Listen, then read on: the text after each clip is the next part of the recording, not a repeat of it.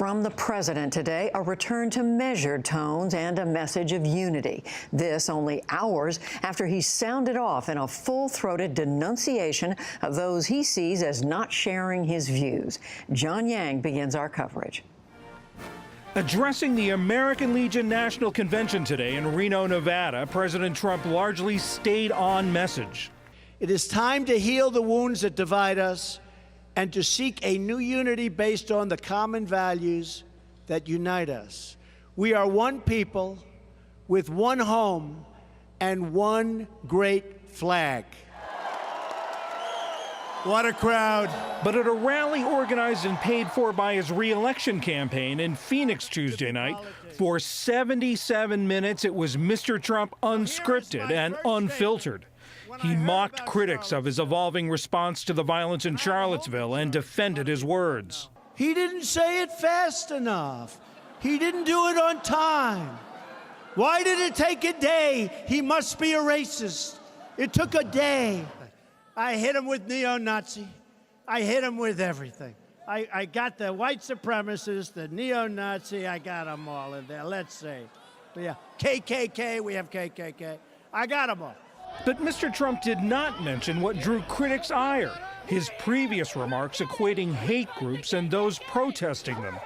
I think there's blame on both sides, and I have no doubt about it, and you don't have any doubt about it either. But you also had people that were very fine people on both sides. As the president spoke last night, a leader of the white separatist movement, which calls itself the alt-right, tweeted, "Trump has never denounced the alt-right, nor will he."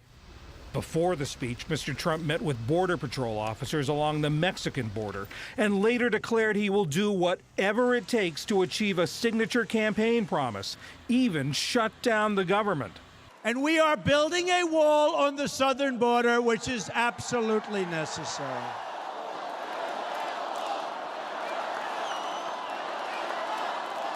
Build that wall.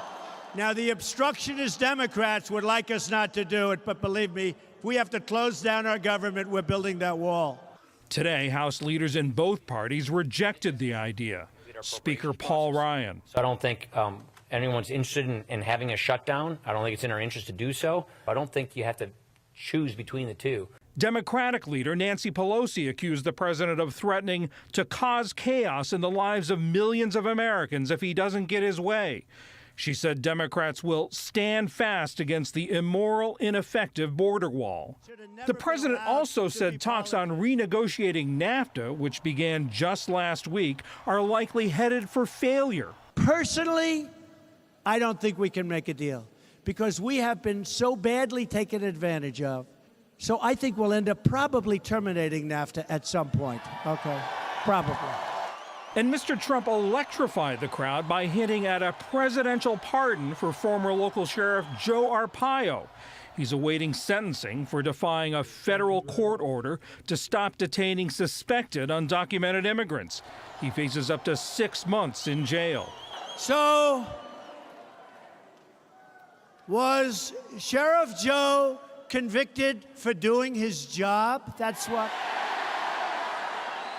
I'll make a prediction. I think he's going to be just fine, okay? As the president spoke, emotions ran high both inside the arena and on the streets outside where hundreds of protesters gathered. While it was mostly calm, police used tear gas after they said rocks and bottles were thrown at them. Officials reported at least 4 arrests and no injuries. Mr. Trump's Phoenix performance was reminiscent of last year's campaign, seemingly free of any constraints or inhibitions. And as in last year's campaign, it caused critics to question the president's fitness for office. On CNN, former Director of National Intelligence James Clapper. I found this downright scary and disturbing. So there are very little in the way of controls over exercising a nuclear option, which is pretty damn scary. But Mr. Trump's core supporters loved it, and their applause, cheers, and chants were music to the president's ears. For the PBS NewsHour, I'm John Yang. And we'll hear more of what Mr. Trump had to say last night and explore the reaction today after the news summary.